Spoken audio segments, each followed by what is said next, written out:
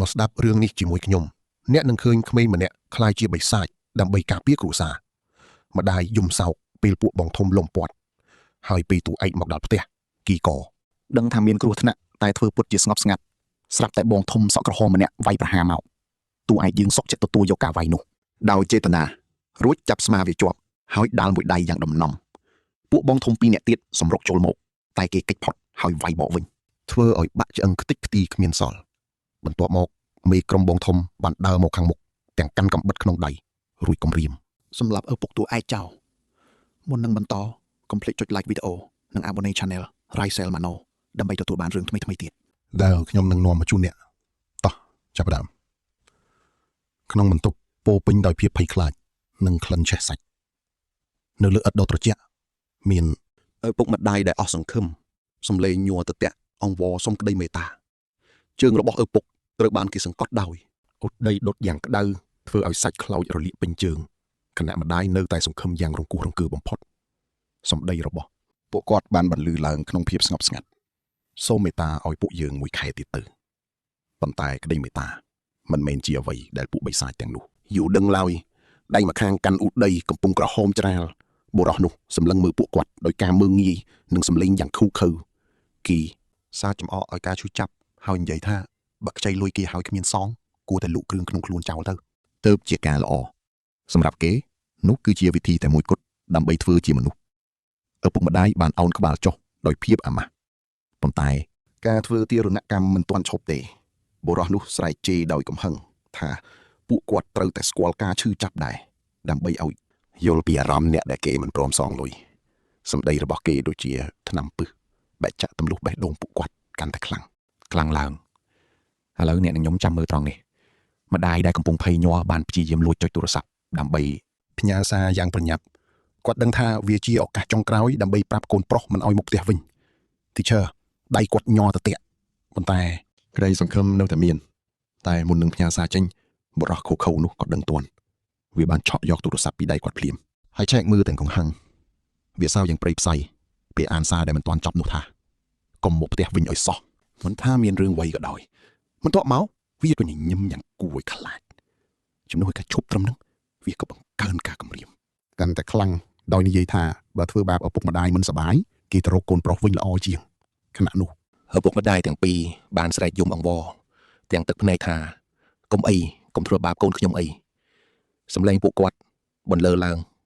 អស់សង្ឃឹមប៉ុន្តែវាកាន់តែធ្វើឲ្យវាឆ្កួតខ្លាំងជាងមុនបិទមាត់វាឲ្យចិត្តទៅវាបញ្ជាកូនចៅឲ្យទៅរកឪពុករួចយកខ្សែមករុំខ្លួននិងញាត់មាត់រហូតគាត់លែងបន្លឺសម្លេងរួចអាបិសាចនោះសើចចំអកហើយនិយាយថាមិនចង់ឲ្យក្មេងនោះភ័យឡើយពេលមកដល់បន្ទាប់មកវាញញឹមយ៉ាងត្រជាក់ភ្នែកសម្លឹងទៅកាន់ទ្វាររួចនិយាយថាហាក់ដូចជាគេមកដល់ហើយភ្នែកម្ដាយបើកធំដោយភាពតក់ស្លុតទឹកភ្នែកហូរស្រក់ស្រោបពេលកូនចៅបងធំម្នាក់យកដៃខ្ទប់មាត់គាត់យ៉ាងណែនមិនឲ្យបន្លឺសម្លេងដង្ហើមនៅខាងក្រៅកាន់តែច្បាស់ដៃទ្វារត្រូវបានបង្វិលហើយទ្វារក៏របើកឡើងហាន់កានវូបានដើរចូលមកគេធ្វើដូចជាគ្មានរឿងអ្វីកើតឡើងនិងមិនបានចាប់អារម្មណ៍ពីភាពតានតឹងក្នុងបន្ទប់នេះឡើយពួកបងធំត្រៀមខ្លួនរួចជាស្រេច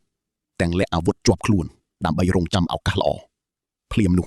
ដោយមិនឲ្យដឹងខ្លួនបុរសម្នាក់បានលោតចេញពីក្រោយទ្វាររួចយាឈើបេសបលវាយអស់ទំហឹងការវាយប្រហារនោះបានបង្កជាសម្លេងបាក់ឆ្អឹងយ៉ាងគួរឲ្យរន្ធត់សម្លេងនោះធ្វើឲ្យម្ដាយយំសោកយ៉ាងខ្លាំងទឹកភ្នែកហូរដូចជាភ្លៀងធ្លាក់សម្រាប់គាត់វាមើលទៅពិតជាឈឺចាប់ណាស់តែអ្នកដឹងទេសៀនវូមិនដួលឡើយព្រោះគេសុកចិត្តឲ្យវាវាយដើម្បីសង្កេតមើលកម្លាំងពួកវាដៃគេបានលូកទៅចាប់ស្មានោះយ៉ាងណែនបន្ទាប់មកទាំងភាពស្ងប់ស្ងាត់គួរឲ្យខ្លាចសៀនវូបានដាល់ចេញមួយដៃមិនមែនគ្រាន់តែជាការដាល់ធម្មតាទេតែវាបានធ្វើឲ្យមុខរបស់វាខ្ទេចមើលមិនយល់ឡើយម្នាក់ភ័យស្លេកមុខពេញបន្ទប់សូម្បីតែពួកបងធំជំនាញក៏គាំងដែរមេក្រុមវាថយក្រោយទាំងស្លន់ស្លូថាស្អីគេហ្នឹងពួកគេមិនទាន់ដឹងខ្លួនទេថាសៀនវូមិនមែនដូចឪពុកគេឡើយគេខ្លាំងដល់ថ្នាក់គួរឲ្យខ្លាចពួកបងធំសម្រុកចូលមកព្រមគ្នាទាំងអារម្មណ៍អស់សង្ឃឹមតែសៀនវូប្រៀបដូចជាព្យុះគេគេចផុតរាល់ការវាយនិងការចាក់រួចវាយបកវិញយ៉ាងច្បាស់មួយដៃបាក់ឆ្អឹង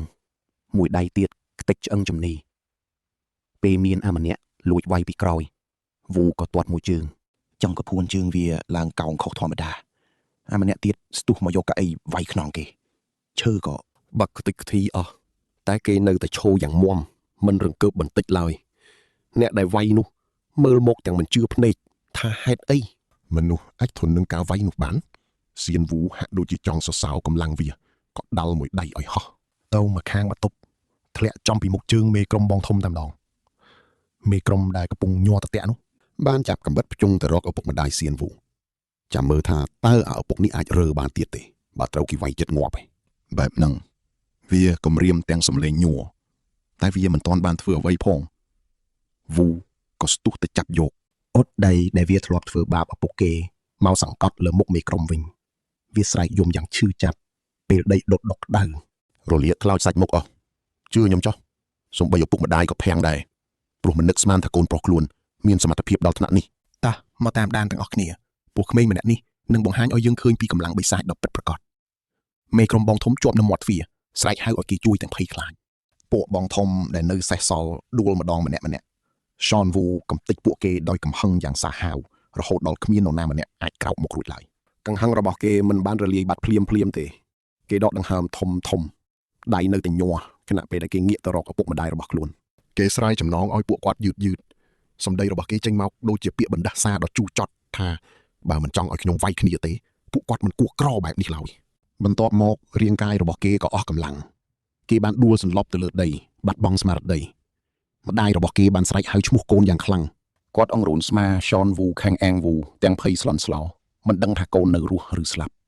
មិនយូរប៉ុន្មានសំឡេងស៊ីរ៉ែនឡានពេទ្យក៏បន្លឺឡើងពីចម្ងាយឡានពេទ្យបានមកដល់ហើយដឹកទាំងសនវូនិងពួកក្រុមក្មេងទំនើងដែលរងរបួសទៅបាត់នៅមន្ទីរពេទ្យភាពវឹកវរបានកើតឡើងភ្លាមគ្រូពេទ្យប្រញាប់ប្រញាល់ព្យាបាលអ្នករបួសដែលភាគច្រើនជាសមាជិកក្រុមបងធំដែលមានសភាពបាក់បែករាងកាយស្ទើរតែមើលមិនយល់នៅតាមច្រកផ្លូវបុរសពាក់វ៉ែនតាម្នាក់កំពុងសង្កេតមើលទស្សនវិជ្ជានោះយ៉ាងស្ងប់ស្ងាត់ភ្នែករបស់គេពោពេញដោយការសង្ស័យយ៉ាងខ្លាំងគេងាកទៅសួរគ្រូពេទ្យពីអ្វីដែលបានកើតឡើងគ្រូពេទ្យរារែកបន្តិចរួចពន្យល់ថាកូនបំណុលម្នាក់ត្រូវបានគេធ្វើបាបហើយគ្រូសាក៏ត្រូវគេធ្វើទារុណកម្មប៉ុន្តែអ្នកដែលបានផ្ដួលក្រុមបងធំជាង10នាក់គឺជាសិស្សវិទ្យាល័យម្នាក់តែប៉ុណ្ណោះបុរសពាក់វ៉ែនតាម្នាក់នោះស្ទើរតែមិនជឿនឹងតិចខ្លួនឯងទឹកមុខរបស់គេបង្ហាញពីការមិនជឿទាល់តែសោះនៅក្បែរនោះបុរសម្នាក់ទៀតបានដើរចូលមកក្នុងមន្ទីរពេទ្យយ៉ាងលឿនកូនចៅសក់ពណ៌តុងដែងម្នាក់កំពុងរាយការណ៍ទៅមេរបស់គេខ្សឹបប្រាប់ទាំងញញឹមយ៉ាងកំណាយថាក្មេងប្រុសឈ្មោះខាងកានវូក៏សម្រាប់នៅទីនេះដែរមេដែលកំពុងខឹងសម្បាបានបញ្ជាឲ្យសម្លាប់ខ្យងវូភ្លាមប៉ុន្តែបុរសសក់តុងដែងនោះគ្រាន់តែញញឹមហើយសន្យាថាទុកឲ្យខ្លាឃ្មុំខ្មៅជាអ្នកចាត់ការឥឡូវនេះសូមយកចិត្តទុកដាក់លើឈ្មោះនេះខ្លាឃ្មុំខ្មៅរឿងរ៉ាវកាន់តែគ្រោះថ្នាក់ខ្លាំងហើយនៅពេលដែលឈ្មោះនេះលេចឡើងក្នុងរឿង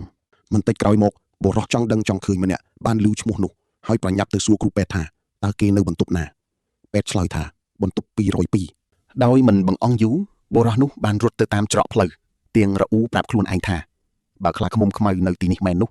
ប្រកាសជាមានរឿងធំមិនខានទីមិនសត់គេក៏បានមកដល់មាត់ទ្វារហើយលោកមើលតាមបង្អួចនៅខាងក្នុងនោះមានបុរសមៀតធំម្នាក់ដែលមានទំហំខ្លួនធំជាងមនុស្សធម្មតាដល់ទៅ3ដងគេកំពុងរងចាំដូចជាសត្វសាហាវនៅក្នុងស្រមោលងងឹតនេះហើយគឺជាខ្លាឃ្មុំខ្មៅគេសម្លឹងមើលទៅក្មេងប្រុសនោះដោយខ្សែភ្នែកមើលងាយបំផុតគេរអ៊ូអំពីបំណុលនិងបន្ទុកផ្ទាល់ខ្លួន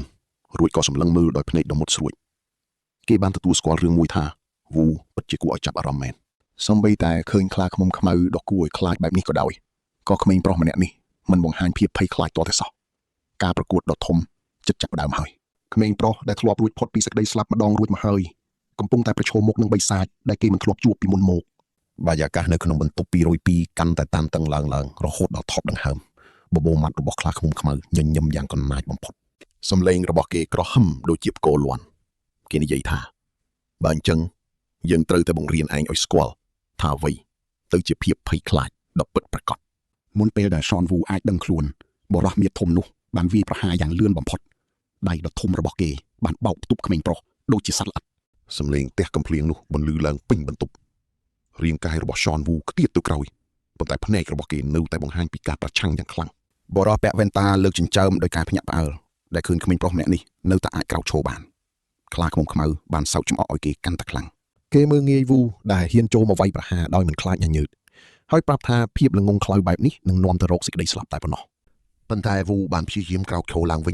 ញក្តាប់ដៃយ៉ាងណែនហើយតបទៅវិញដោយកង្ហឹងថាឯងពូកែទៅនិយាយទេទាំងដែលគ្មានអ្វីសោះពាក្យសម្ដីនោះបានចាក់ដោតយ៉ាងខ្លាំងសរសៃឈាមនៅលើសៀតផ្កានៅលើមុខរបស់ខ្លាឃ្មុំខ្មៅបានលេចឡើងយ៉ាងច្បាស់ទឹកមុខរបស់គេប្រែជាខឹងសម្បារួចក៏ផ្ទុះសំណើចយ៉ាងខ្លាំងដែលមិនអាចគ្រប់គ្រងបា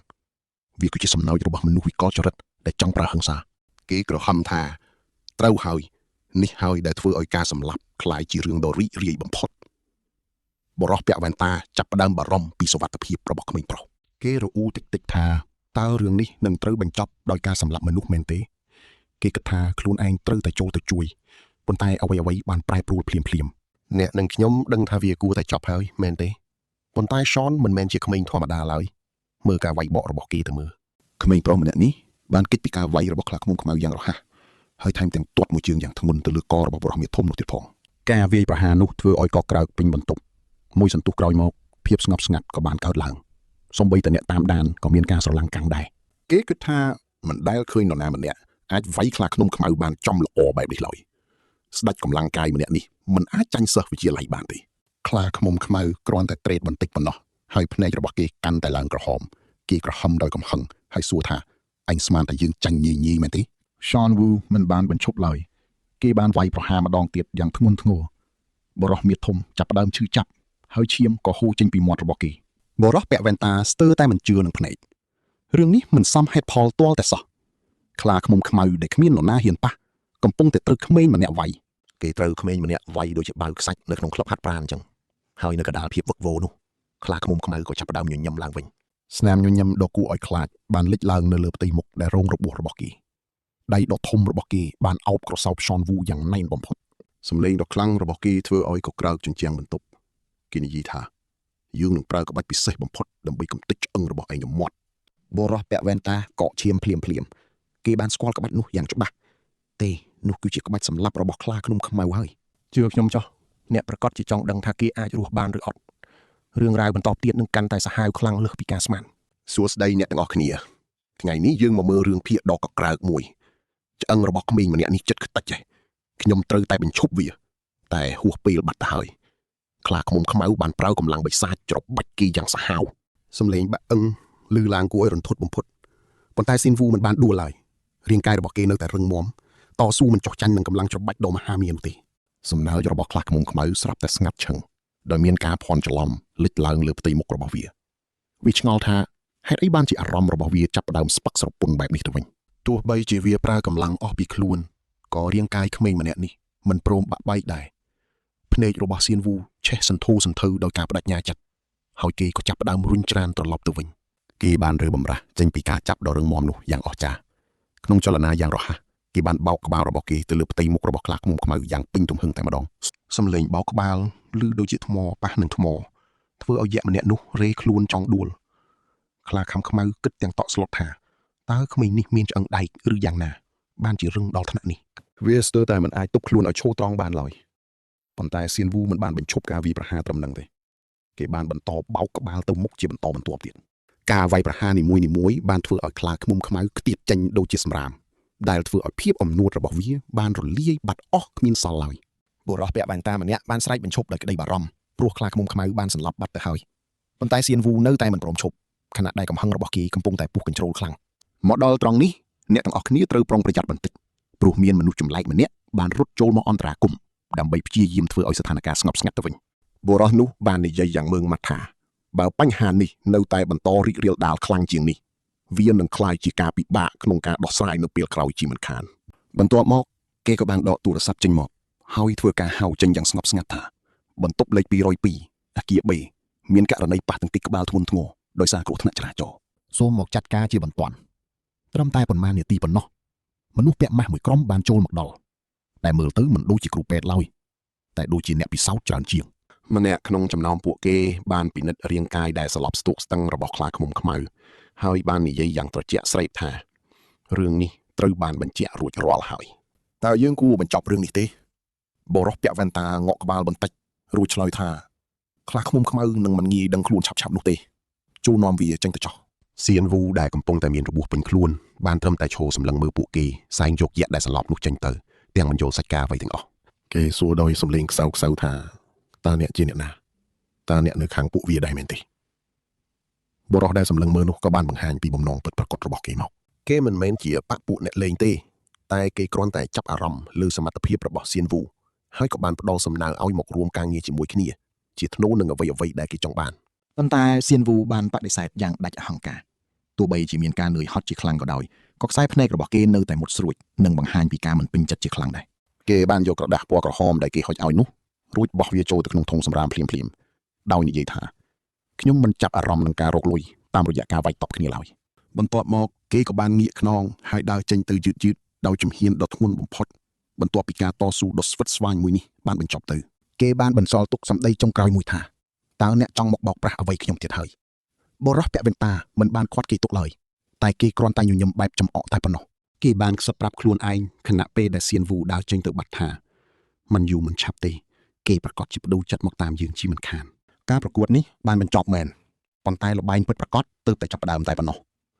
ជឿខ្ញុំទៅរឿងបន្ទាប់ពីការប្រកួតដ៏សាហាវនេះគឺកាន់តែរន្ធត់ជាងនេះទៅទៀតបន្ទាប់ពីការប្រយុទ្ធដ៏ខ្លាំងក្លាសៀនវូបានចូលទៅក្នុងបន្ទប់ទឹកមន្ទីរពេទ្យដើម្បីលាងមុខគេបានសម្លឹងមើលរូបរាងកាយរបស់ខ្លួនឯងនៅក្នុងកញ្ចក់ទាំងអារម្មណ៍មិនសូវល្អក្មេងប្រុសម្នាក់ដែលឆ្លោះក្នុងកញ្ចក់នោះមិនមានអារម្មណ៍ថាខ្លួនឯងជាវីរបុរសឬអ្នកប្រយុទ្ធអ្វីឡើយប៉ុន្តែមានអារម្មណ៍ថាជីវិតរបស់ខ្លួនកំពុងតែជួបបញ្ហាជាខ្លាំងគេគិតថាជីវិតរបស់គេពិតជាយ៉ាប់យឺនមែន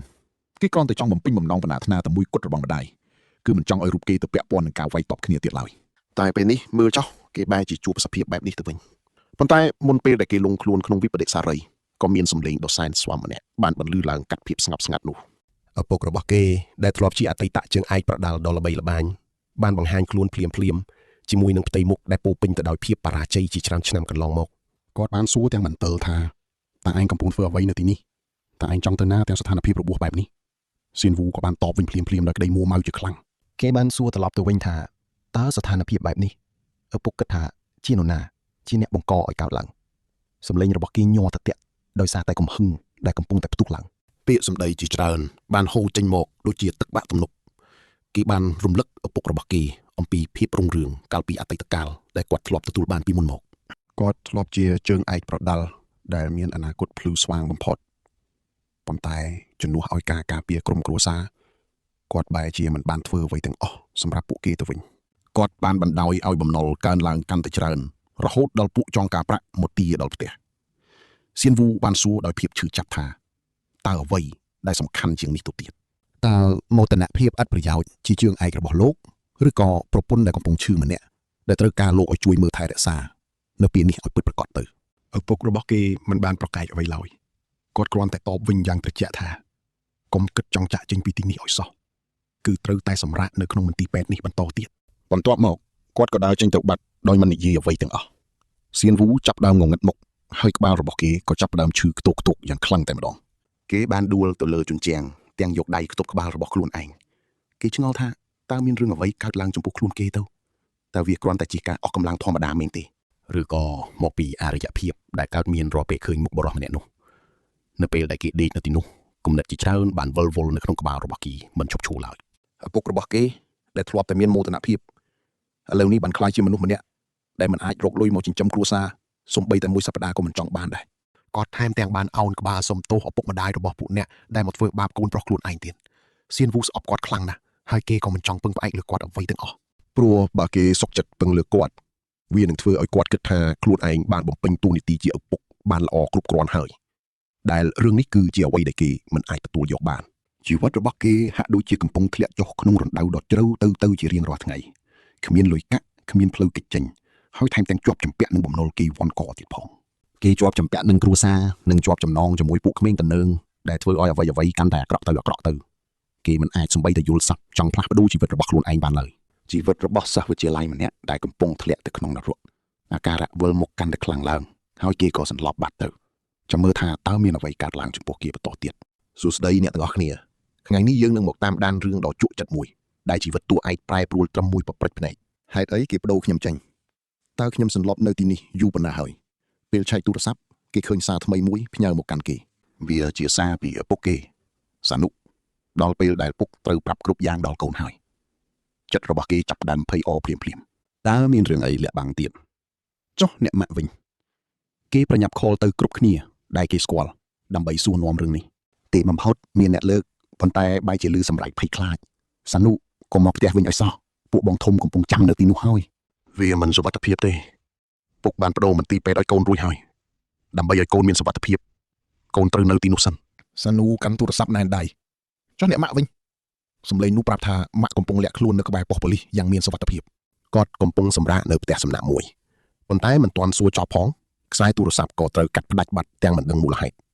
សានុញ័រខ្លួនក្នុងភាពស្ងប់ស្ងាត់វាជារឿងរបស់ខ្ញុំបើខ្ញុំមិនទៅបង្ករឿងជាមួយពួកវារឿងនេះក៏មិនកើតឡើងដែរមុននឹងសានុអាចទៅរកម្ដាយបានស្រាប់តែមានលេខប្លែកមួយខលមកចាំមើលចំណុចនេះឲ្យច្បាស់ទាំងអស់គ្នាតើលោកជាកូនរបស់លោក King មែនទេឪពុករបស់លោកបានស្លាប់បាត់ហើយលោកបញ្ញាប់មកមន្ទីរពេទ្យភ្លាមមកសានុរត់សម្ដៅទៅបន្ទប់សង្គ្រោះបន្ទាន់ភ្លាមនៅទីនោះគ្រូពេទ្យបានប្រាប់ពីស្ថានភាពឪពុករបស់គេយ៉ាងធ្ងន់ធ្ងរការវះកាត់នេះពិបាកណាស់ហើយត្រូវចំណាយអស់ជាង100លានវុនទោះរស់ក៏ត្រូវការព្យាបាលយូរអង្វែងទៀតដែរពាក្យទាំងនេះធ្វើឲ្យគេដួលទាំងចំហទឹកភ្នែកហូរមកបញ្ឈប់ព្រោះវាជាចំនួនលុយដ៏ច្រើនដែលគេគ្មានលទ្ធភាពរកគេអង្គុយអស់សង្ឃឹមទាំងខ្សឹបប្រាប់ខ្លួនឯងថាតើខ្ញុំគួរធ្វើបែបណាទៅពេលនេះខ្ញុំលែងសល់អ្វីទៀតហើយក្នុងពេលដងងងឹតបំផុតគេក៏នឹកឃើញនាមបានមួយដែលគេធ្លាប់ក្វេងចោលវាជាឱកាសរកលុយតាមរយៈការវាយគ្នាវាជាសង្ឃឹមចុងក្រោយគេប្រញាប់រត់ត្រឡប់ទៅបន្ទប់ដែលគេបោះនាមបាននោះចោលដើម្បីរកវាយកមកវិញឲ្យបានប៉ុន្តែធុងសម្រាមត្រូវបានគេយកទៅចាក់ចោលបាត់ទៅហើយគេខឹងខ្លួនឯងខ្លាំងរហូតដាល់ជញ្ជាំងទាំងឈឺចាប់បំផុតចង់រៃយ៉ាក់វាជាកំហុសរបស់ខ្ញុំទាំងអស់សូម្បីតែគ្រួសារក៏ខ្ញុំការពារមិនបានដែរតែខ្ញុំអាចធ្វើអ្វីបានទៅសំឡេងរបស់គេយំខ្សឹកខ្សួលទាំងតូចចិត្តប្រហែលជាវាល្អជាងប្រសិនបើខ្ញុំស្លាប់បាត់ទៅក្នុងពេលនេះស្រាប់តែបុរសពាក់វ៉ែនតាម្នាក់បង្ហាញខ្លួនឡើងយ៉ាងស្ងប់ស្ងាត់ទាំងកាន់ក្រដាស់ពណ៌ក្រហមមួយនៅក្នុងដៃរបស់គីលោកកំពុងរករបស់នេះមែនទេតើលោកបដូរចិត្តទទួលយកការផ្ដល់ជូនរបស់ខ្ញុំដើម្បីជួយគ្រួសារលោកហើយឬនៅសានុភ្ញាក់ព្រឺតទាំងសួរដោយសំឡេងញ័រថាតើលោកពិតជាអាចផ្ដល់លុយឲ្យខ្ញុំបានច្រើនប៉ុណ្ណាទៅយ៉ាងហោះញ៉ាក៏10 billion វុនដែរបើលោកឈ្នះហើយមានឈ្មោះល្បី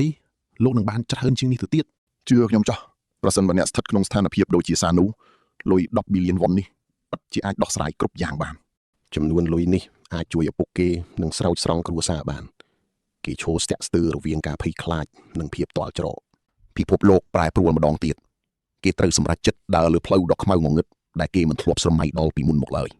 នៅអគារដ៏ស្ងាត់ជ្រងំមួយការសន្ទនាដ៏តានតឹងបានចាប់ផ្ដើមឯកសារកិច្ចសន្យាដ៏សំខាន់ត្រូវបានដាក់នៅលើតុបុរសដែលនៅពីក្រោយរឿងនេះបានរុញឯកសារទៅឲ្យសានុយ៉ាងស្ងប់ស្ងាត់ដើម្បីឲ្យគេពិនិត្យមើលវា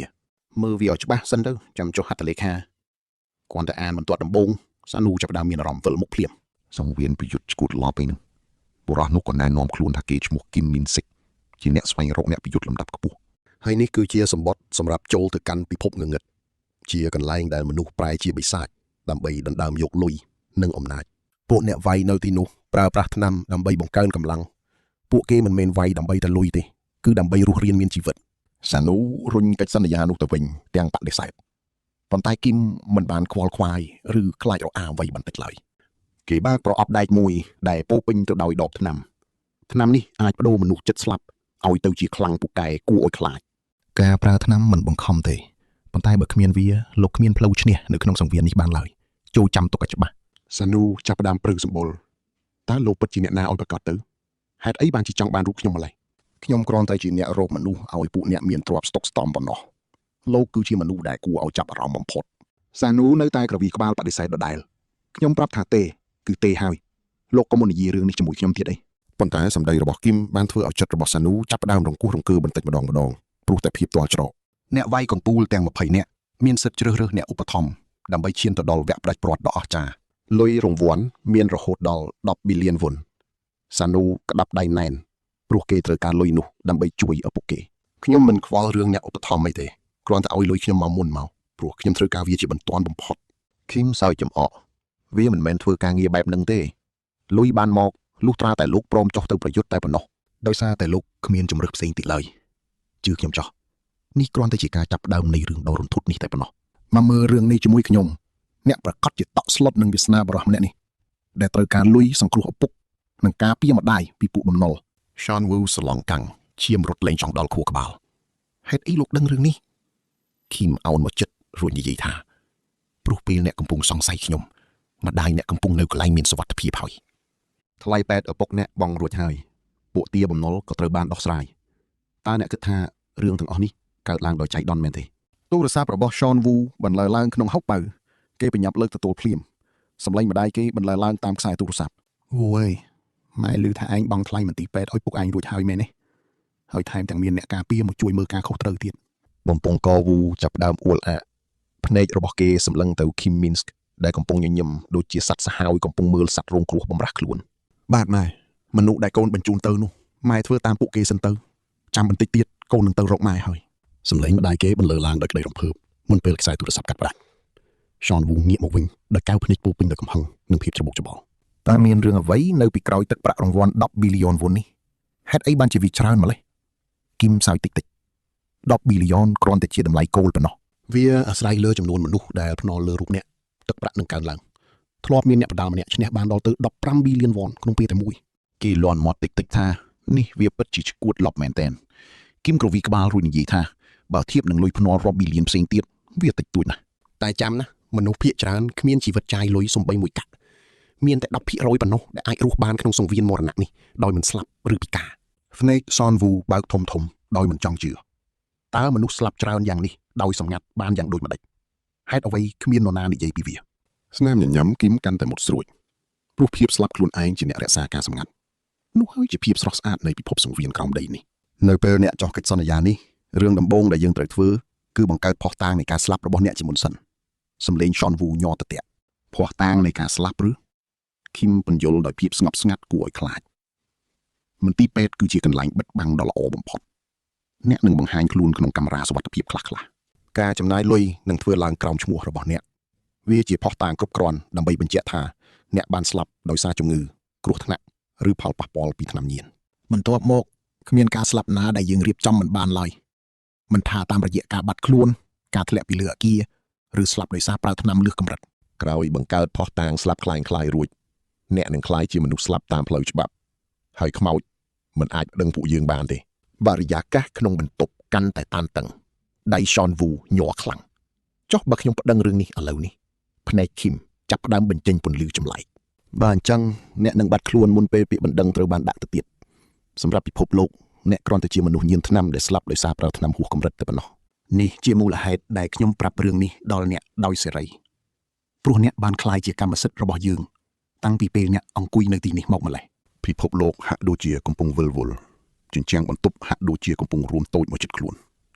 Kim អោនមកម្ដងទៀតដោយសំឡេងស្រទន់តែបង្កប់ដោយមរណៈជឿខ្ញុំចុះអ្នកនឹងខ្ញុំដឹងចម្លើយរួចហើយចុះហត្ថលេខាទៅ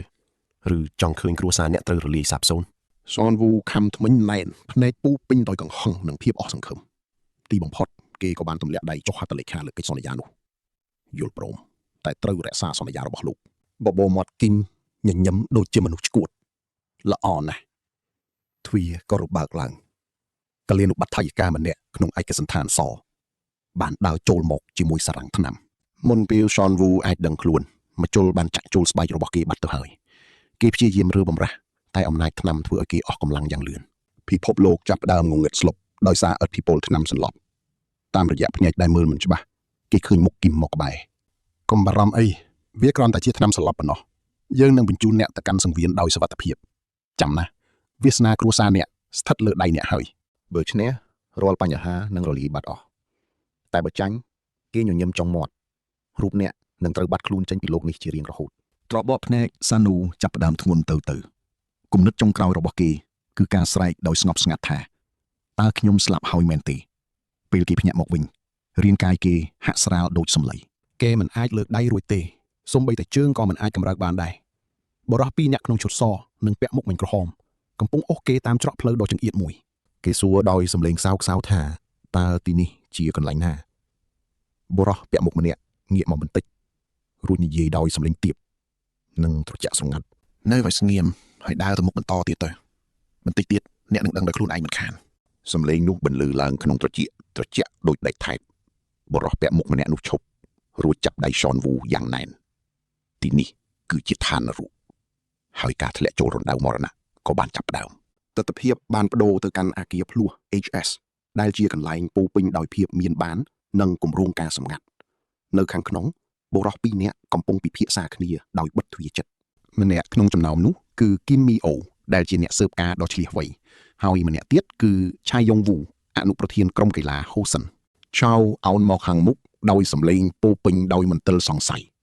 សម្រាប់គេរឿងនេះហាក់ដូចជាគួរឲ្យចង់សោកខ្លាំងណាស់តើលោកពិតជាគិតថាវាសមហេតុផលទេដែលយកសិស្សវិទ្យាល័យម្នាក់មកធ្វើជាអ្នកតំណាងប្រកួតឲ្យយើងទោះបីគេធ្លាប់ផ្ដួល Black Bear ក៏ដោយតែមីអុកគ្រាន់តែញញឹមបែបឌឺដងដែលបង្ហាញថាគេកំពុងដើរមុនអ្នកដតី3ជំហានក្នុងល្បែងដែលគ្មាននរណាម្នាក់មើលធ្លុះគេពន្យល់ថាកាន់តែមើលទៅមិនសមហេតុផលវាកាន់តែល្អបើពួកគេចង់តាក់ចិត្តអនុប្រធានដែលឆ្លក់វង្វេងនឹងការភ្នាល់សង្វៀនក្រោមដីនេះពួកគេត្រូវធ្វើឲ្យសត្រូវមើងងាយសមត្ថភាពអ្នកប្រដាល់របស់ពួកគេជាមុនសិនភ្នែករបស់ចាចាប់ផ្ដើមរួមតូចតើសិស្សម្នាក់អាចផ្ដួលហ៊ូនីមបានមែនទេចម្លើយរបស់មីអុកបានធ្វើឲ្យបរិយាកាសក្នុងបន្ទប់ត្រជាក់ស្រងាំគេបានបង្ហើបពីអ្វីដែលពួកគេបានរកឃើញបន្ទាប់ពី Black Bear ប្រើក្បាច់កំទេចឆ្អឹងដ៏សាហាវរាងកាយរបស់ Hanganu អាចស៊ូទ្រាំនឹងការវាយប្រហារដែលមនុស្សធម្មតាមិនអាចទ្រាំបាន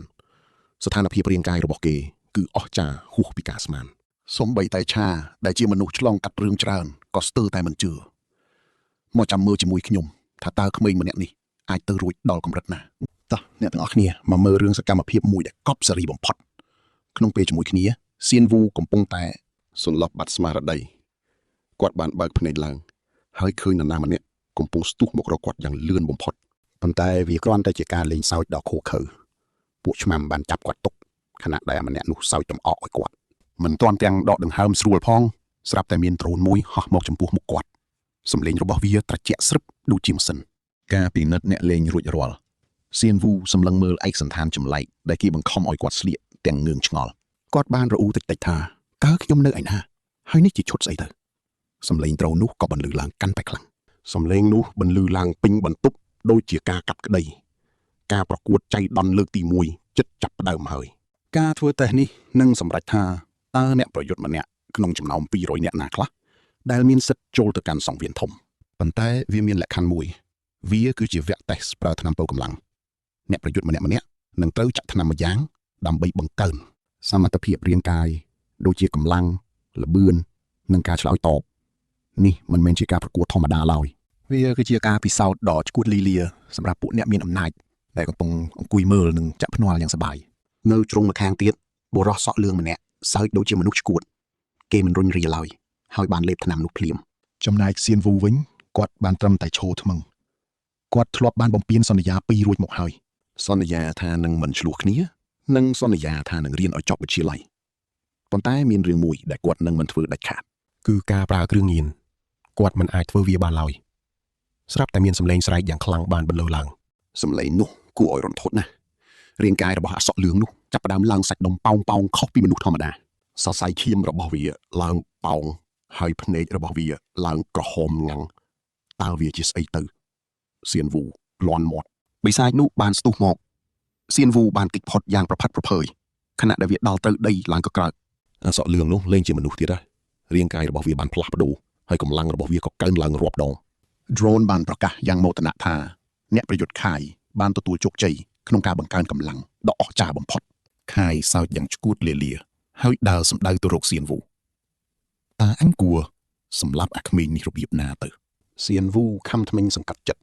កម្លាំងរបស់សត្រូវគឺខ្លាំងពេកហើយប៉ុន្តែមានរឿងមួយដែលថ្នាំនោះធ្វើមិនបានគឺល្បឿនប្រតិកម្មខួរក្បាលរបស់សៀនវូចាប់ផ្ដើមកណនាយ៉ាងលឿន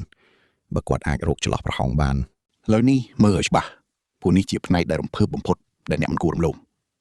ប៉ុន្តែខាយមិនទុកឱកាសឲ្យគាត់ឡើយបិសាចនោះបានសម្រុកចូលមកយ៉ាងលឿនហើយដាល់ចំខ្លួនសៀនវូពេញមួយទំហឹងដូចជាញញួរដែកភាពឈឺចាប់បានវាយលុកភ្លាមកម្លាំងនោះស្ទើរតែធ្វើឲ្យគាត់សន្លប់ឈរសៀនវូក៏ស្រែកធ្ងោចេញមកសូម្បីតែការអត់ធន់របស់គាត់ក៏មិនអាចទប់ទល់នឹងបិសាចនេះបានដែរគាត់ត្រូវតែដាល់ចំមុខរបស់វាឲ្យបានកណ្ដាប់ដៃមួយទៀតបានមកដល់សៀនវូបានគេចតាមសភាវកិច្ចប៉ុន្តែខាយមិនខ្វល់ឡើយបន្ទាប់មកអាបិសាចនោះក៏បានចាប់ជើងរបស់សៀនវូហើយបោកក្បាលគាត់ទៅនឹងការរោយ៉ាងខ្លាំងឈាមបានខ្ទាតពេញដីពួកអ្នកមានដែលកំពុងមើលការផ្សាយបន្តផ្ទាល់បានស្រែកហូកញ្ជ្រៀវយ៉ាងសប្បាយចិត្តមុខរបស់ខាយប្រែជាយំខ្នងបំផុតវាងើបមុខឡើងលើហើយស្រែកដោយក្តីរំភើបជាពន់ពេក ការកំទេចឯងវាមានអារម្មណ៍ល្អណាស់ចាំមើលថាតើមនុស្សម្នាក់អាចទ្រាំទ្រការឈឺចាប់បានដល់កម្រិតណាពួកអាដែរធ្លាប់មើលងាយអញទាំងអស់ចេញមកមើលអត់ច្បាស់ព្រោះពេលនេះអញគឺជាស្ដេចអ្នកនិងខ្ញុំប្រហែលជាយល់អារម្មណ៍ឈឺចាប់នេះហើយសៀនវូចាប់ផ្ដើមនឹកឃើញអតីតកាលដ៏ជូរចត់របស់ខ្លួនការឈឺចាប់ទាំងអស់នោះបានវិលត្រឡប់មកវិញការប្រយុទ្ធនេះមិនមែនត្រឹមតែជាកម្លាំងកាយទៀតនោះទេវាគឺជាការសងសឹកចំពោះរាល់ការប្រមាថដែលគាត់ធ្លាប់បានលេបចូលទៅក្នុងខ្លួនកន្លងមកការប្រយុទ្ធបានឈានដល់ចំណុចដ៏សាហាវបំផុតអាសក់លឿងនោះបានលោតឡើងខ្ពស់ទៅលើអាកាសរួចហើយវាក៏បានលោតមកសង្កត់លើទ្រូងរបស់សៀនវូយ៉ាងពេញទំហឹងតែម្ដងការប៉ះទង្គិចនោះខ្លាំងរហូតដល់ធ្វើឲ្យការ៉ូបែកខ្ទេចខ្ទីសំឡេងរបស់អាបិសាចនោះបានបន្លឺឡើងយ៉ាងរំភើបផ្នែកដែលល្អបំផុតនៃការកំទេចមនុស្សគឺការបំបែកឆ្អឹងជំនីមើលទៅដូចជាវាចប់សពគ្រប់អស់ហើយប៉ុន្តែភ្នែករបស់គាត់ស្រាប់តែបើកឡើងស្មារតីរបស់គាត់បានវិលត្រឡប់មកវិញនៅវិនាទីចុងក្រោយសត្រូវរបស់គាត់បានផ្ញើស្មារតីតើអាក្មេងនេះអាចនៅរស់បានយ៉ាងដូចម្ដេចសៀនវូក៏ប្រើជើងតបតគាត់បានធាក់អាម្នាក់នោះចេញទៅឆ្ងាយអាបិសាចនោះខឹងយ៉ាងខ្លាំងហើយស្ទុះមកចាប់ជើងរបស់គាត់សៀនវូបានគេចផុតទៀតវាចាប់ផ្ដើមភ័យស្លន់ស្លោហើយគិតថាហេតុអីបានជាគេមិនអីសោះអញ្ចឹងឬមួយរាងកាយរបស់គាត់មិនទាន់ទទួលបានការឈឺចាប់គ្រប់គ្រាន់ជឿខ្ញុំចុះអ្នកនិងខ្ញុំច្បាស់ជាចង់ឃើញវគ្គបន្តហើយតោះមកមើលជាមួយខ្ញុំនៅការប្រយុទ្ធដែលប្រើខួរក្បាលតទល់នឹងកម្លាំងបាយដ៏ឈួតលីលានេះទាំងអស់គ្នា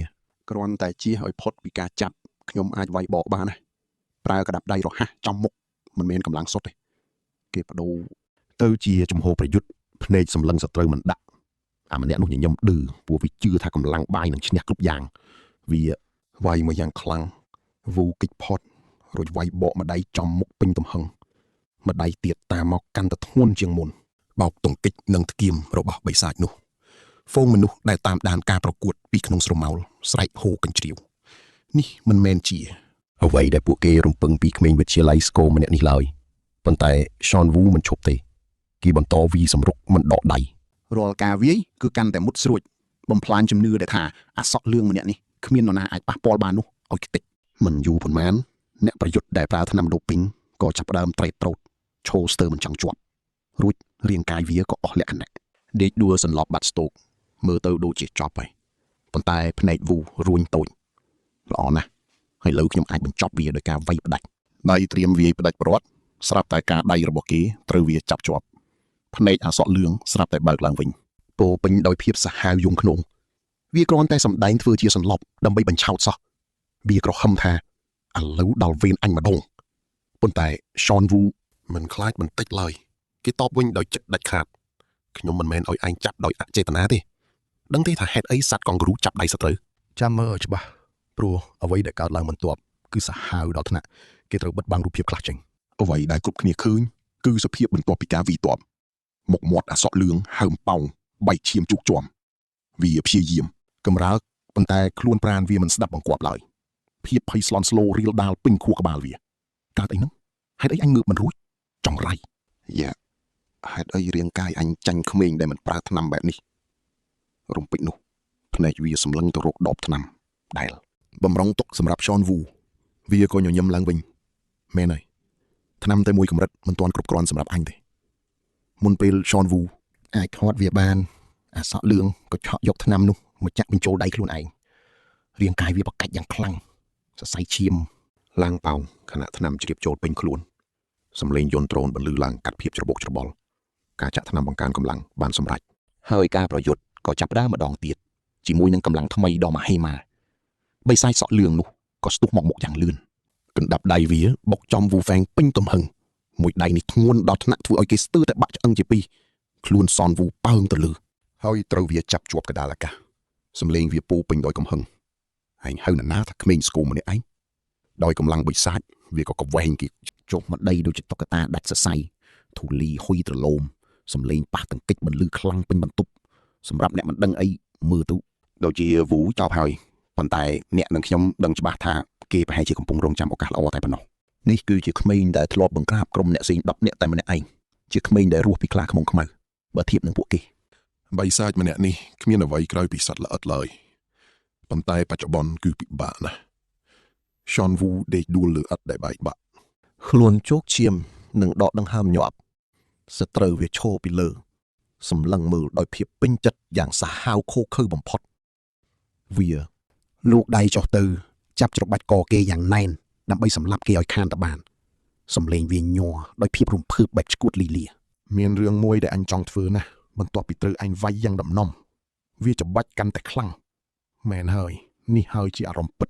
សម្រាប់កាកសំណល់ដូចជាឯងវិធីដែលល្អបំផុតគឺធ្វើឲ្យឯងដកដង្ហើមលេងរួច Burlington ការប្រយុទ្ធនេះ បានបញ្ចប់មុនពេលវូអាចដឹងខ្លួនទាន់ទៅទៀតអាសក់លឿងដែលឈួតនឹងអំណាចបានបង្ខំចាក់ថ្នាំបំប៉នដល់ទៅ2ប្រភេទ ចូលក្នុងសរសៃឈាមវារាងកាយវាមិនអាចទ្រាំទ្របានឡើយសរសៃឈាមឡើងប៉ោងសាច់ដុំប្រែរៀងខុសប្រក្រតីហើយវាក៏ដួលស្លាប់បាត់ទៅសំឡេងយន្តដ្រូនបន្លឺឡើងកាត់ភាពស្ងប់ស្ងាត់បញ្ចប់ការប្រកួតដោយសារអ្នកលេងបានស្លាប់ពីបន្ទប់ដ៏ឆ្ងាយមួយការប្រកួតត្រូវបានតាមដានផ្ទាល់អនុប្រធានឈួនវូជ្រួញចិញ្ចើមនៅពេលការផ្សាយបានបញ្ចប់ស្លាប់អីចឹងគីមមីនស្កអោបដៃមើលទៅហាក់មិនភ្ញាក់ផ្អើលសោះសំឡេងគេស្ងប់ស្ងាត់និងមានអំនួតមកពីប្រើថ្នាំជ្រុលអត្រារស់រានពីការប្រើថ្នាំខុសគ្នា2ក្នុងពេលតែមួយគឺតិចជាង 0.5% វាចប់តាំងពីវាកើតចិត្តលោភលន់មកម្លេះអនុប្រធានដកដង្ហើមធំដោយមិនចង់ជឿមែនហើយខ្ញុំត្រូវទទួលស្គាល់ថាឯងសំណាងដែលសត្រូវជ្រើសរើសផ្លូវស្លាប់ដោយខ្លួនឯងប៉ុន្តែមីអកមិនបានញញឹមដោយសារសំណាងឡើយភ្នែកគេភ្លឺឡើងដោយការចាប់អារម្មណ៍ម្យ៉ាងប្រហែលជាមែនប៉ុន្តែខ្ញុំមិនហៅវាថាសំណាងទេរាងកាយរបស់ Sean Wu គឺប្លែកខ្លាំងណាស់អនុប្រធានងាកមកសួរប្លែកមិនមែនគ្រាន់តែឆ្អឹងគេមិនងាយបាក់ទេស្នាមញញឹមមីអុកកាន់តារីធំសាច់ដុំសរីរាង្គអរម៉ូនថ្នាំអាចពង្រឹងបានទាំងអស់ប៉ុន្តែមានរឿងមួយដែលវាប៉ះមិនបានគឺឆ្អឹងតែឆ្អឹងរបស់គេមិនខ្ទេចឡើយទោះត្រូវវាយខ្លាំងប៉ុណ្ណាក៏ដោយការវាយនោះគួរតែធ្វើឲ្យឆ្អឹងខ្ទេចបាត់ទៅហើយមានអ្វីមួយយ៉ាងពិសេសចំពោះក្មេងម្នាក់នេះអ្វីមួយយ៉ាងដែលលាក់កំបាំងទឹកមុខអនុប្រធានចាប់ផ្ដើមតឹងតែងចាំមើលថាគេពិសេសកម្រិតណាជុំបន្ទាប់តើមានអ្វីបន្តទៀតមីអូដាក់ដៃទៅក្រោយខ្នងដំបូងគឺព្យាបាលរួចទៅកន្លែងរងចាំដែលគេនឹងជួបពួកបិសាចដែលនៅរស់ដែលមានសមត្ថភាពពិសេសរៀងៗខ្លួនការប្រយុទ្ធពិតប្រាកដទើបតែចាប់ផ្ដើមទេហើយអ្នកនិងខ្ញុំនឹងទៅតាមដានវានៅវីដេអូបន្ទាប់បន្ទប់ព្យាបាលពណ៌សចាប់ផ្ដើមបញ្ចេញពន្លឺមកមើលរឿងនេះជាមួយខ្ញុំអ្នកនឹងឃើញថាការរស់រៀនក្នុងកែមរណៈពិតជាពិបាកខ្លាំងណាស់សានូដេកលើក្រែសម្លឹងមើលពីដានទាំងអារម្មណ៍ច្បុកច្បល់ព្រោះគាត់ទើបតែសម្លាប់មនុស្សម្នាក់គាត់មិនចង់សម្លាប់ទេគ្រាន់តែចង់ផ្ដួលប៉ុណ្ណោះប៉ុន្តែបើគាត់មិនធ្វើក៏គង់តែស្លាប់ខ្លួនឯងដែរគាត់ត្រូវតែបន្តព្រោះមានតែគាត់ម្នាក់គត់ដែលអាចជួយឪពុកម្ដាយបានរំពេចនោះមានសម្លេងដ្រូនបន្លឺឡើងអ្នកដែលឆ្លងផុតវគ្គនេះត្រូវទៅកាន់កន្លែងរងចាំជាបន្ទាន់រីឯគ្រូពេទ្យវិញបានប្រាប់ដោយសម្លេងត្រជាក់ស្រុកចាប់ពីពេលនេះទៅ drone នឹងធ្វើជាអ្នកនាំផ្លូវរបស់អ្នកហើយពួកវាសិតតែមានភ្ជាប់មកជាមួយនឹងអាវុធសាហាវកុំសាកល្បងជាមួយពួកវាឲ្យសោះសានូក្រោកឈរទាំងឈឺចាប់ហើយឯកសណ្ឋានសិស្សរបស់គាត់មើលទៅហាក់ដូចជាបណ្ដាសាវាជាអ្វីដែលរំលឹកពីអតីតកាលរបស់គាត់ពេលដើរចេញពីបន្ទប់ក្នុងចិត្តគាត់គិតតែរឿងម្យ៉ាងប៉ុណ្ណោះគាត់ចង់ទូរស័ព្ទទៅសួរទុកម៉ាក់ប៉ុន្តែហ្គេមនេះបានសន្យាថាបើគាត់នៅប្រយុទ្ធគ្រួសារគាត់នឹងមានសុវត្ថិភាពនេះជាជំរើសតែមួយគត់គឺត្រូវតែរស់ឲ្យបានព្រោះការប្រយុទ្ធនៅទីនេះមិនមែនជារឿងលេងសើចឡើយនៅខាងក្រៅគេហៅគាត់ថាបិសាចប៉ុន្តែនៅទីនេះសំបីតែពួកក្មេងស្ទាវធម្មតាក៏ប្រែជាព្រីបិសាចដែរនេះគ្រាន់តែជាការចាប់ផ្ដើមប៉ុណ្ណោះតើវគ្គបន្ទាប់នឹងមានបិសាចសាហាវដល់កម្រិតណាទៀតទៅមកមើលជុតនេះទាំងអស់គ្នាអ្វីដែលសានូឃើញនៅខាងមុខពិតជាគួរឲ្យរន្ធត់ខ្លាំងណាស់ផុនលឺពី drone រាប់សិបគ្រឿងបានស្កេនពេញបន្ទប់រួមជាមួយសំឡេងប្រកាសដែលបន្លឺឡើងដូចជាផ្គរលាន់ឥឡូវនេះសល់អ្នកចូលរួម124នាក់សូមមកជួបជុំគ្នានៅមុខអេក្រង់ដើម្បីទទួលការណែនាំកន្លែងនេះមិនមែនពេញដោយមនុស្សទេប៉ុន្តែវាពេញដោយសត្វសាហាវក្នុងរាងកាយមនុស្សតែម្ដងពួកគេម្នាក់មានសាច់ដុំដូចជាខ្សែពួរនិងកែវភ្នែកដែលពោពេញទៅដោយភាពឈួតលីលាបំផុតពួកគេខ្លាំងជាងនិងលឿនជាងមុនដោយសារតែអតិពលថ្នាំដែលកំពុងឆេះរោលក្នុងសរសៃឈាមរបស់ពួកគេពួកនេះនៅកម្រិតខុសគ្នាឆ្ងាយណាស់បើខ្ញុំធ្វើឲ្យមានការចាប់អារម្មណ៍ខ្ញុំច្បាស់ជាត្រូវគេហែកជាចំណោកមិនខានខ្ញុំត្រូវតែនៅស្ងៀមលាក់ខ្លួនឲ្យជិតបំផុតដើម្បីរស់ប៉ុន្តែការរស់រៀនមិនមែនជារឿងងាយស្រួលឡើយមានសម្លេងឌឺដងពីក្រោយមកថាណែអាសិស្សវិទ្យាល័យឯងមកដល់ទីនេះបានដោយរបៀបណាទៅចង់ឲ្យបងប្រុសលេងជាមួយបន្តិចទេរួចក៏មានសម្លេងខ្សឹបខ្សៀវចំអកលក់ឡាយពីមនុស្សមួយក្រុមទៀតនោះជាក្មេងដែលគូប្រជែងប្រើថ្នាំលើសកម្រិតមែនទេចាំមើលចុះវានឹងរស់បានដល់ពេលណាសូម្បីតែថ្នាំក៏វាមិនទាន់ប្រើផងពួកអ្នកមានប្រហែលជាចង់ឲ្យវាមកសម្ដែងរឿងកំ pl ែងមើលឯង ខ្ញុំចាប់ផ្ដើមធុញហើយប្រហែលជាត្រូវរកអីសប្បាយលេងជាមួយវាបន្តិចសភាពការចាប់ផ្ដើមតានតឹងឡើងស្រាប់តែមានអ្នកប្រយុទ្ធម្នាក់ទៀតដើរមកវត្តមានរបស់គេធ្វើឲ្យបរិយាកាសប្រែជាថប់ដង្ហើមភ្លាមរាងកាយគេធំដូចភ្នំហើយសម្លេងក្រហមរបស់គេបានបញ្ជាថាបើឯងមិនលេងគឺមានតែស្លាប់ប៉ុណ្ណោះវូងើបក្បាលឡើងដោយកៅភ្នែកមុតស្រួចទោះបីជាបេះដូងលោតញាប់ប៉ុន្តែស្មារតីរបស់គាត់កំពុងឆេះអ្នកទាំងអស់គ្នាឃើញកៅភ្នែកគាត់ទេដើម្បីរស់ក្នុងចំណោមមនុស្សឈួតគាត់ត្រូវតែឈួតជាងពួកគេមុនពេលមានរឿងផ្ទុះឡើងក្មេងប្រុសម្នាក់ដែលគេហៅថាវីរៈបរោះតូចបានចូលមកជួយអន្តរាគមន៍សំឡេងរបស់គេមុតស្រួចនិងមិនញញើតឡើយដោយបញ្ជាឲ្យបរោះយៈនោះប្រឡែងដៃចេញជាបន្ទាន់បរោះយៈនោះសើចចំអករួចបញ្ចេញសាច់ដុំដៃដែលប៉ោងខុសពីធម្មជាតិដោយសារឥទ្ធិពលថ្នាំដ៏ខ្លាំងក្លាហើយចង់សាកជាមួយយើងដើម្បីការពារក្មេងអត់ប្រយោជន៍ម្នាក់នេះមែនទេសៀនវូខំថ្មិញសង្កត់ចិត្តតើខ្ញុំគួរនៅស្ងៀមដល់ពេលណាទៀតបរោះយៈនោះរៀបនឹងកំទេចឆ្អឹងទៅហើយស្រាប់តែមានរឿងមិននឹកស្មានដល់សំឡេងកំភ្លើងបន្លឺឡើងគ្រាប់កំភ្លើងបានទម្លុះក្បាលបរោះយៈនោះឲ្យដេកដួលក្នុងធ្លុកឈាមភ្លាម Drone បានហោះពីលើហើយប្រកាសថារាល់ការបង្កបុស្នាមក្រៅម៉ោងកំណត់នឹងត្រូវប្រហារជីវិតភ្លាមសានូភ័យស្លន់ស្លោខ្លាំងណាស់ព្រោះការសម្លាប់មនុស្សនៅទីនេះគឺជារឿងដែលងាយស្រួលបំផុតតើមានអ្នកណាអាចរស់រានមានជីវិតចេញពីទីនេះបានទេបន្ទប់ទាំងមូលប្រែជាស្ងាត់ជ្រងំគួរឲ្យខ្លាចអេក្រង់យៈនៅខាងលើបានភ្លឺឡើងបង្ហាញរូបរាងអាចកំបាំងដែលមានតែភ្នែកពណ៌ក្រហមឆេះរោលសូមអបអរសាទរចំពោះអ្នកដែលនៅរស់ចាប់ពីពេលនេះទៅបើចាញ់តាមមួយវគ្គគឺមានតែស្លាប់ប៉ុណ្ណោះពាក្យថាដកចេញពីការប្រកួតគឺមានន័យថាអ្នកនឹងត្រូវបាត់បង់ជីវិតជារៀងរហូតគ្មានការលើកលែងប៉ុន្តែមូលហេតុដែលអ្នកមកទីនេះគឺដើម្បីប្រាក់រង្វាន់ដ៏មហាសាលដែលមិនធ្លាប់មានពីមុនមកចំនួនទឹកប្រាក់10 ប៊ីលានវុនបានបង្ហាញឡើងធ្វើឲ្យអ្នកគ្រប់គ្នាស្រែកហូដោយភាពលោភលន់បំផុតចំពោះខ្លះវាជាការសង្គ្រោះប៉ុន្តែសម្រាប់សានូទឹកប្រាក់នេះអាចជួយឲ្យគ្រួសារគាត់រស់បានស្រួលមកតាមដានជាមួយខ្ញុំបន្តទៀតដើម្បីដឹងថាទឹកប្រាក់10 ប៊ីលាននេះជារបស់អ្នកណាមកអ្នកទាំងអស់គ្នាត្រៀមខ្លួនឲ្យហើយថ្ងៃនេះយើងនឹងមកមើលការប្រកួតដ៏សាហាវមួយដែលមានអ្នកឈ្នះតែម្នាក់គត់ប៉ុន្តែកុំទាន់អស់សង្ឃឹមអ្នកដែលចូលដល់វគ្គ16អ្នកចុងក្រោយនឹងទទួលបាន 5% នៃប្រាក់ភ្នាល់សរុបពីពួក VIP គ្រាន់តែឮបែបនេះពួកអ្នកប្រយុទ្ធម្នាក់ចាប់ដើមមានអារម្មណ៍រំភើបញាប់ញ័រគ្រប់គ្នាបុរសម្នាក់បានស្រែកឡើងទាំងមហិច្ឆតាឈួតលីលាថាខ្ញុំនឹងប្រមូលយកទាំងរង្វាន់និងប្រាក់ភ្នាល់ទាំងអស់ឲ្យបានរួចហើយអ្នកប្រកាសក៏បន្តទៀតថាអ្នកម្នាក់នឹងមាន channel ផ្សាយផ្ទាល់រៀងៗខ្លួនមានដ្រូនមួយអ្នកនាំផ្លូវម្នាក់និងកាមេរ៉ាមួយជីវិតការប្រយុទ្ធនិងការតស៊ូរបស់អ្នកនឹងត្រូវចាក់ផ្សាយឲ្យពួក VIP មើលផ្ទាល់តែម្ដងបើអ្នកតាក់ទាញចំណាប់អារម្មណ៍បានកាន់តែច្រើនអ្នកក៏រកលុយបានកាន់តែច្រើនដែរឈ្នះចិត្តពួកគេដើម្បីលុយឬក៏ត្រូវរលាយខ្លួនបាត់ស្រមោលគ្មានអ្នកណាស្គាល់បន្ទាប់មកសម្លេងនោះក៏បានកំណត់វាសនារបស់ពួកគេជាចុងក្រោយឥឡូវនេះចូលជ្រើសរើសបន្ទប់ដែលមានសមាជិក5នាក់ទៅការរស់រានរបស់អ្នកចាប់ផ្ដើមនៅពេលអ្នកបង្កើតសម្ព័ន្ធភាពដំបូងភ្លាមនោះក្នុងសាលធំក៏មានការបែកបាក់គ្នាពួកអ្នកប្រយុទ្ធម្នាក់ចាប់ផ្ដើមសັບខ្សៀវរៀបគម្រោងនិងសម្លឹងមើលគ្នាទៅវិញទៅមកដូចជាសត្វព្រៃពួកអ្នកខ្លាំងចាប់ផ្ដើមប្រមូលផ្ដុំគ្នាចំណែកពួកខ្សោយវិញក៏ព្យាយាមដណ្ដើមចំណែកដែលនៅសល់សៀនវូដកដង្ហើមធំរួចគិតថាសូម្បីតែការរកបន្ទប់ស្នាក់នៅក៏មិនមែនជារឿងងាយស្រួលសម្រាប់ខ្ញុំដែរបើខ្ញុំនៅម្នាក់ឯងខ្ញុំនឹងត្រូវគេស៊ីសាច់មិនខានបើជ្រើសរើសខុសខ្ញុំនឹងត្រូវគេក្បត់គ្រប់ជំរើសសុទ្ធតែគ្រោះថ្នាក់រំពេចនោះក្មេងប្រុសម្នាក់ដែលជួយគាត់ពីមុនក៏លេចមុខមកទាំងខ្ទប់ដៃដែលរបួសតែនៅញញឹមបានកុំបារម្ភអីសើអូនខ្ញុំនឹងការពារឯងមិនឲ្យមានរឿងអីទេរហូតដល់ការប្រកួតផ្លូវការចាប់ផ្ដើមសានូបានសម្លឹងមើលទៅមុខរបួសនោះរួចគិតថាគេរបួសដោយសារតែខ្ញុំសោះនៅចង់ការពារខ្ញុំទៀតតើគេជាមនុស្សល្ងងឬក៏ជាមនុស្សដែលខ្ញុំអាចទុកចិត្តបានមិនទាន់ទាំងបានឆ្លើយផងក៏មានសម្លេងបរិសម្នាក់ទៀតបន្លឺឡើងកាត់សម្លេងនោះស្ងប់ស្ងាត់និងមានអំណាចជាបរិសចំណាស់ម្នាក់ដែលមានសក់វែងពណ៌មាសមើលទៅគាត់ហាក់ដូចជាមានបទពិសោធន៍ខ្ពស់និងរឹងមាំខ្លាំងណាស់គាត់បានសម្លឹងមើលអ្នកទាំងពីររួចងក់ក្បាលមានបន្ទប់មួយនៅខាងនោះនៅទំនេរនៅឡើយទេតោះយើងទៅយកវាមុននឹងមានអ្នកផ្សេងមកដណ្ដើមសានូរ៉ារ៉ាច់ចិត្តបន្តិចគេមានរបួសចំណែកបរិសចំណាស់នេះវិញគ្មានអ្នកណាហ៊ានចូលក្បែរឡើយហេតុអ្វីបានជាខ្ញុំត្រូវចូលបន្ទប់ដែលគ្រប់គ្នាជៀសវាងមិនថាខ្ញុំជ្រើសរើសផ្លូវណាទេគ្រោះថ្នាក់នឹងនៅតែតាមលងបន្លាច់ដដែលបរិសចំណាស់នោះក៏ឈប់រួចងាកមកសួរថាតើឯងនៅឈរថ្មឹងធ្វើអីហ្នឹងសៀនវូខំថ្មិញរួចដើរតាមពីក្រោយភ្លាម សំឡេងខ្សឹបខ្សៀវក៏បន្លឺឡើងនៅពេលពួកគេដើរកាត់វ៉ាវមើលក្រុមដែលគួរឲ្យអាណិតនេះចុះ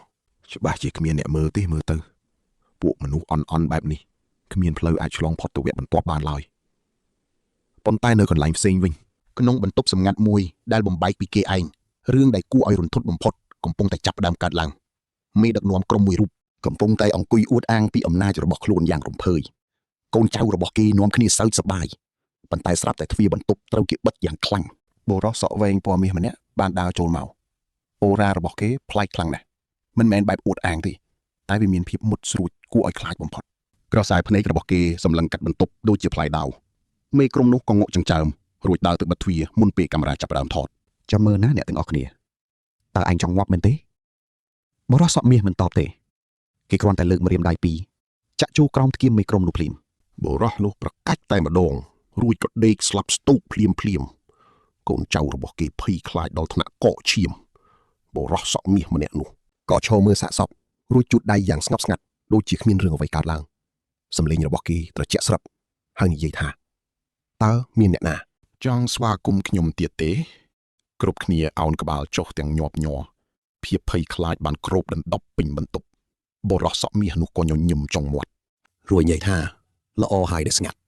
មនុស្សដែលខ្ញុំចង់មកជួបពិតប្រាកដមិនមែនជាពួកឯងទេរូបភាពក៏បានកាត់ទៅកាន់ឡាន Rolls Royce មួយដែលកំពុងធ្វើដំណើរយ៉ាងស្ងប់ស្ងាត់ក្នុងពេលរាត្រីនៅខាងក្នុងនោះមីណាក់កំពុងរាយការណ៍ទៅអនុប្រធានដោយសំឡេងត្រជាក់ដូចជាកៅអីស្បែកក្នុងឡានអញ្ចឹងអនុប្រធានទី1បានចាប់ផ្ដើមធ្វើសកម្មភាពហើយដោយបង្កើតសម្ព័ន្ធភាពជាមិត្តឆយម៉ាត់ឆាន់ដែលជាអតីតជើងឯកការប្រកួតម្នាក់ឮបែបនេះអនុប្រធានឡើងមុខខ្មៅងងឹតនិងខំថ្មិញសង្កត់ចិត្តយ៉ាងខ្លាំងជឿខ្ញុំចោះរឿងកាន់តែតានតឹងឯង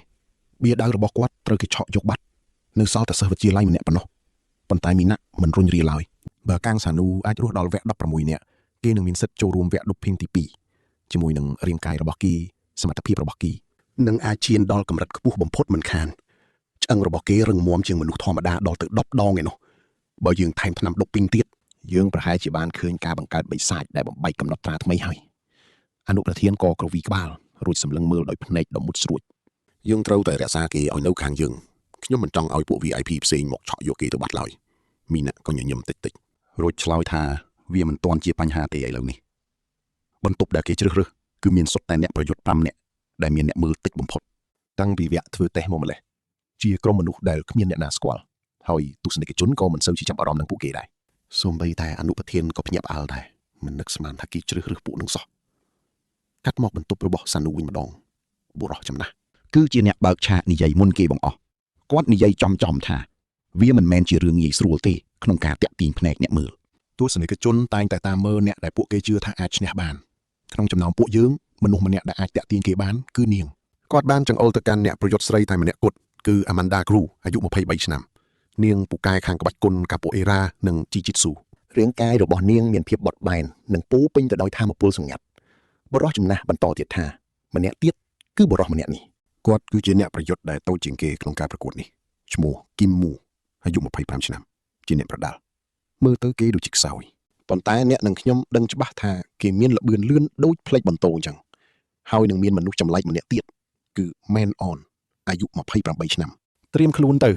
អ្នកនឹងបានឃើញពិភពដែលពោពេញដោយភាពវឹកវរនិងការប្រយុទ្ធដ៏ខ្លាំងក្លាបំផុតការថតបានចាប់ផ្ដើមហើយបើយើងមិនតាក់ទាញអ្នកមានទេយើងច្បាស់ជាគ្មានលុយចាយហើយក៏មិនអាចរស់ដែរដើម្បីបញ្ជាក់ពីសមត្ថភាពតាចាស់នោះក៏បានលើកជើងឡើងលើហើយឈរដោយប្រើបាតដៃតែម្ខាងយ៉ាងស្ទាត់ជំនាញបំផុតសកម្មភាពរបស់គាត់ពិតជាមានភាពច្បាស់លាស់និងពោពេញដោយបច្ចេកទេសធ្វើឲ្យសៀនវូស្រឡាំងកាំងយ៉ាងខ្លាំងប៉ុន្តែអាម៉ាន់ដាមិនព្រមចាញ់ឡើយនាងបានលើកដៃឡើងរួចចាក់ម្រាមដៃមួយចូលទៅក្នុងជញ្ជាំងដូចជាដៃគោលអញ្ចឹងនាងបានទាញខ្លួនឡើងទៅលើដោយប្រើតែម្រាមដៃម្ខាងដោយមិនខ្វល់ពីកម្លាំងទំនាញផែនដីអ្វីបន្តិចសោះឡើយមើលចុះសូម្បីតែមិត្តភ័ក្តិរបស់នាងក៏ភ័យរន្ធត់ដែរព្រោះការលើកខ្លួនដោយគ្មានសន្ទុះបែបនេះគឺពិតជាឈួតលើសពីការស្មានរំពេចនោះ Q ក៏បានបាត់ខ្លួនដូចខ្មោចលងមួយសន្ទុះក្រោយមកគេក៏បានទៅលិចមុខនៅពីមុខច្រមុះយ៉ាងលឿនបំផុតល្បឿនរបស់គេលឿនដូចផ្លេកបន្ទោ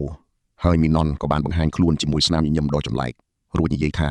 ខ្ញុំខ្លាំងបំផុតខ្ញុំអស្ចារ្យជាងគេក្នុងโลกនេះសៀនវូបានត្រឹមតែដកដង្ហើមធំរួចគិតថារឿងនេះវាពិតជាឈួតលប់មែនតែនភាពរញ៉េរញ៉ៃនេះបានធ្វើឲ្យគ្រប់គ្នាផ្ទុះសំណើច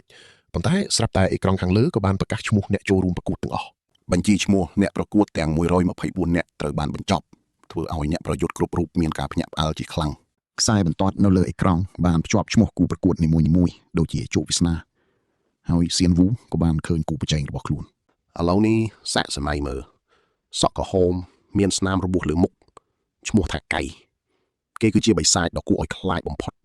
នៅលើកំពូលអគារខ្ពស់កប់ពពកមេធំបានសួរដោយសំឡេងទាបៗថាតើអាកៃនេះវាខ្លាំងដល់ថ្នាក់នឹងមែនទេមីនីយ៉ាក់បានឆ្លើយថាគេមិនដែលចាញ់ឡើយតាំងពីនៅជាអ្នកប្រដាល់ Ledway ដែលជារឿងដ៏គួរឲ្យរន្ធត់មេធំឆ្ងល់ថាតើវាសាហាវជាងប្រដាល់ថៃទៀតមែនទេមីនីយ៉ាក់ក៏បានបញ្យល់ពីភាពសាហាវយងខ្នងនៃក្បាច់គុណនោះភ្លាម Ledway គ្មានស្រោមដៃទេហើយអាចប្រើក្បាលជុលបានទៀតផងកម្លាំងរបស់វាអាចបំបែកធ្គាមនិងលលាតក្បាលបានយ៉ាងងាយកម្លាំងបុកទង្គិចរបស់វាអាចសម្លាប់មនុស្សបានភ្លាមហេតុនេះហើយបានជាគេហាមឃាត់ការប្រកួតនេះនៅស្ទើរតែគ្រប់ទីកន្លែងទាំងអស់អ្វីដែលរឹតតែរន្ធត់នោះគឺការវាយចំពីក្រោយក្បាលនិងឆ្អឹងខ្នងគឺជាក្បាច់ដែលមិនខុសច្បាប់ឡើយសម្រាប់ពួកវាគឺជាការវាយប្រហារដើម្បីសម្លាប់ហើយកៃក៏ត្រូវបានបណ្ដុះបណ្ដាលឲ្យធ្វើបែបនេះតាំងពីគេនៅតូចមកម្លេះបន្ទាប់ពីបញ្ចប់អាជីពគេត្រូវបានជ្រើសរើសដោយអង្គការងងឹតមួយហើយភាពស្រីឃ្លានឈាមរបស់គេក៏កាន់តែកើនឡើងខ្លាំងទៅគេបានដើរវាយអ្នកលេងតាមផ្លូវនៅទូទាំងពិភពលោកម្ដងម្នាក់រហូតគ្មានអ្នកណាអាចមកប្រៀបធំជាមួយគេបានទៀតឡើយមេធំចាប់ផ្ដើមបារម្ភហើយបានសួរថាតើក្មេងប្រុសម្នាក់នោះអាចតតាំងជាមួយមនុស្សដូចជាបិសាចម្នាក់នេះបានដែរឬទេនេះគឺជាសំណួរដែលគ្រប់គ្នាចង់ដឹងព្រោះកន្លងមកសៀនវូធ្លាប់តែវាយជាមួយពួកអ្នកទាបំណុលធម្មតាតែប៉ុណ្ណោះប៉ុន្តែលើកនេះគេត្រូវប្រឈមមុខជាមួយបិសាចពិតប្រាកដខណៈដែលនៅក្នុងបន្ទប់សម្រាកកន្សោមថ្នាំទាំង5កំពុងតែរងចាំពួកគេសៀនវូបានងើបចេញពីកន្សោមរបស់គេរួចមានអារម្មណ៍ថាខ្លួនប្រាណរបស់គេស្រាលខុសពីធម្មតាដូចជាមានកម្លាំងខ្លាំងជាងមុនតើខ្ញុំបានគេងអស់រយៈពេលយូរប៉ុណ្ណាទៅហើយនេះមិនមែនជាការគេងធម្មតាទេវាដូចជាការដែលខ្ញុំវាយជាមួយខ្លាឃ្មុំខ្មៅអញ្ចឹងបន្ទាប់ពីការប្រយុទ្ធដ៏ខ្លាំងក្លានោះមកខ្ញុំមានអារម្មណ៍ថាសាច់ដុំរបស់ខ្ញុំកាន់តែរឹងមាំនិងមានថាមពលខ្លាំងជាងមុនទៅទៀតអ្នកដឹងទេកន្លែងនេះហើយដែលរឿងកាន់តែស៊ីជម្រៅតែចាស់នោះបានប្រាប់ថានេះគឺជាប្រតិកម្មធម្មជាតិរបស់រាងកាយនៅពេលដែលសាច់ដុំត្រូវបានប្រើប្រាស់ដល់កម្រិតកំណត់វានឹងព្យាបាលខ្លួនឯងហើយត្រឡប់មកវិញជាមួយភាពរឹងមាំទ្វេដងអញប្រហែលជាមិនដែលសាក់លបងបែបនេះទេសៀនវូក៏បានក្តាប់ដៃរបស់គេយ៉ាងណែនរួចនឹកឃើញដល់ការប្រយុទ្ធពីមុនល្បឿននៃការព្យាបាលរបួសរបស់ឯងគឺលឿនខុសពីមនុស្សធម្មតាវាហាក់ដូចជាឯងបានប្រើប្រាស់ថ្នាំជំនួយអ្វីមួយយ៉ាងអញ្ចឹងសៀនវូក៏បានសួរទៅកាន់តាចាស់នោះវិញថាហេតុអីបានជាលោកសុកចិត្តប្រថុយគ្រោះថ្នាក់ដើម្បីជួយដល់មនុស្សដូចជាខ្ញុំតាចាស់បានអោនមុខចុះរួចនិយាយទាំងក្រៀមក្រំថា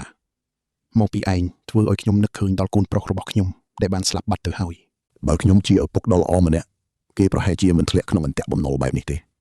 ខ្ញុំមកទីនេះដើម្បីសងកំហុសរបស់ខ្ញុំវិញនៅពេលឃើញឯងឈរតែម្នាក់ឯងខ្ញុំមិនអាចបណ្ដោយឲ្យរឿងដដែលកើតឡើងបានឡើយសួនវូក៏បានឆ្លើយតបយ៉ាងគំរោះគំរើយឈប់ខ្ជះខ្ជាយពេលវេលាទៅបើលោកចង់ជួយកូនប្រុសលោកមែនលោកត្រូវតែរស់រានមានជីវិតចេញពីទីនេះឲ្យបានជាមុនសិនសម្ដីរបស់ក្មេងប្រុសម្នាក់នេះហាក់ដូចជាកណ្ដាប់ដៃដែលវាចំកណ្ដាលមុខធ្វើឲ្យតាចាស់ភ្ញាក់អោលជាខ្លាំងជឿខ្ញុំចុះនេះគឺជាមេរៀនដ៏មានតម្លៃបំផុតបើលោកនៅតែចង់ជួយខ្ញុំទៀតខ្ញុំច្បាស់ជាសម្លាប់លោកមិនខានឡើយតាចាស់ហាក់ដូចជាងឿងឆ្ងល់ខណៈដែលសៀនវូចាប់ផ្ដើមអេះក្បាលដោយភាពអៀនខ្មាស់ជាខ្លាំងខ្ញុំមិនបានចង់និយាយបែបហ្នឹងទេរំពេចនោះក៏មានសំឡេងស្រែកខ្លាំងចេញពីជ្រុងម្ខាងនៃបន្ទប់នោះតែម្ដងនេះជារឿងគួរឲ្យអស់សំណើចបំផុតមីណុនបានដើរចេញមកទាំងខឹងសម្បារួចសួរថាហេតុអីខ្ញុំមិនបានទៅសង្វៀនធំខ្ញុំមានសមត្ថភាពអស្ចារ្យណាស់តាចាស់ក៏បានប្រាប់ថាសង្វៀនធំគឺសម្រាប់តែអ្នកដែលមានអ្នកទស្សនាច្រើនតែប៉ុណ្ណោះចំណែកឯអ្នកផ្សេងទៀតគឺត្រូវប្រកួតនៅក្នុងសង្វៀនតូចដើម្បីជំរុះគ្នាចេញសិនតែប៉ុណ្ណោះតោះមកតាមដានជាមួយខ្ញុំឥឡូវយើងឈានចូលដល់ឆាកធំហើយដែលមានន័យថាគូប្រកួតរបស់យើងសិតតែជាបិសាចល្បីទឹកមុខរបស់គាត់ប្រហែលជាតានតឹងខ្លាំងតែភ្នែករបស់សានូបែរជាភ្លឺឡើងដូចផ្លែដាវយ៉ាងមុតស្រួចវាល្អបំផុតហើយព្រោះជាឱកាសទាក់ទាញភ្នែកពួកអ្នកធំតែម្ដងបុរសចំណាស់នោះសម្លឹងមើលគាត់ដូចជាមនុស្សឈួតរួចនិយាយថាឯងឈួតហើយស្រាប់តែពេលនោះមីណានក៏លេចមុខមកក្បែរសៀនវូគាត់ញញឹមឡើងយ៉ាងចម្លែករួចនិយាយថាសង្វៀនធំនេះមិនមែនសម្រាប់តែអ្នកទស្សនានោះទេសៀនវូក៏ចាប់ផ្ដើមមានអារម្មណ៍មិនស្រួលភ្លាមសម្លេងរបស់មីណានបដូរមកជាខ្សឹបវិញថាទីនេះហើយដែលពួក VIP ទាំង16រូបបង្ហាញខ្លួនពួកគេគឺជាអ្នកកាន់កាប់ពិភពលោកពិតប្រាកដប្រយោគនេះធ្វើឲ្យគ្រប់គ្នាភ័យរន្ធត់ដល់ឆ្អឹងខ្នងអ្នកនិងខ្ញុំត្រូវចាំមើលឲ្យច្បាស់ព្រោះរឿងនេះកាន់តែតានតឹងហើយ បេះដូងសានូលោតដុកដក